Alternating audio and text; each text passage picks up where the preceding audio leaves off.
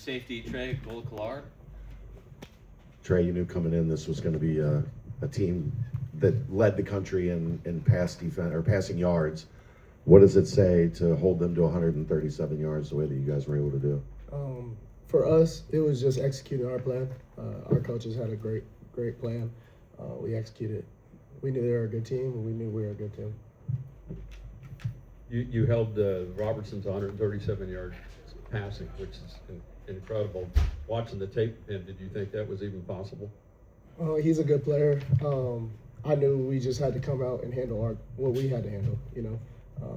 Focus on ourselves, one play at a time. Michael Trigg has had one of the best seasons as from a tight end across the country. What was your guys' plan for him coming into it? What was the communication like with the linebackers to make sure he was covered?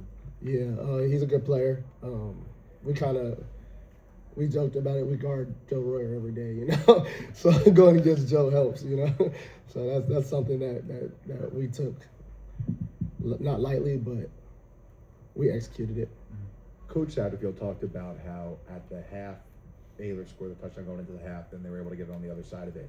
But when they were getting momentum, that there was a time where the defense stepped up. They started making plays. They got the turnover. What happened inside of those defensive screaming conversations on the sidelines, on the field, that you guys were able to step up? Yeah, we talk about winning the middle eight. Winning just not the first quarter, not the fourth quarter, but winning that modane in the middle, So that's what it came down to. A lot of talk is about bend, don't break your defense. Yeah. How are you guys able to execute the don't break part? Like I said, one play at a time. You come out there, they're going to make some plays. You just have to bounce back and make plays as well. I believe coming into the game, you guys, the opponents had attempted 24 fourth downs, 6 more today. Does it feel like as a defense, like you guys just have to prepare that teams are going to have to go on fourth down a ton because of how well your offense has played this year? Yeah, we kind of go out there with the mindset that we're going to be playing 4 downs no matter what. That's just kind of what offense is in the Big 12 now. How much of a change is that for you? Play football your whole life, third down, and you're like, all right, rack it up again. Here we go. Just another play. Get another play in. Trey, you mentioned it a little bit on the Four Claps podcast of the purpose you're playing for this season, obviously with the passing of your brother. Walk us through with this, seeing this thing come to reality and fruition this season, to have a night like tonight, 11 tackles lead the team. Talk about how this season you're playing with that purpose for something bigger than football. Yeah, I know my brother is with me at all times. Before I go out on the field, I know he's with me. If you guys see, I wear a purple mouthpiece. It's because his favorite color was purple. So I always take that with me. And I know in the moments that he's with me, and I'm going to keep going regardless, for me, my family, and him. There's been some chippy plays by some safeties and DBs, a few suplexes that have been called for flags. Yeah.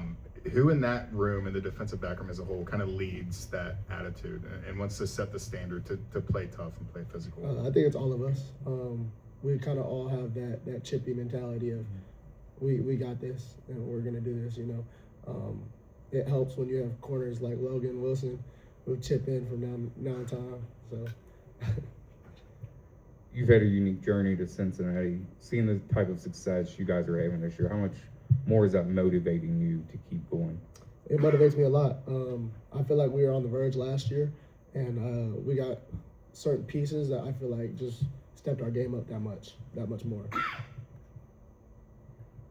You're from the West, and the game's in Utah, and you played a little bit in that state. So any more friends, family coming next week that you'll get to see? Yeah, I have a little bit more family in town for the Utah game. Yeah, definitely.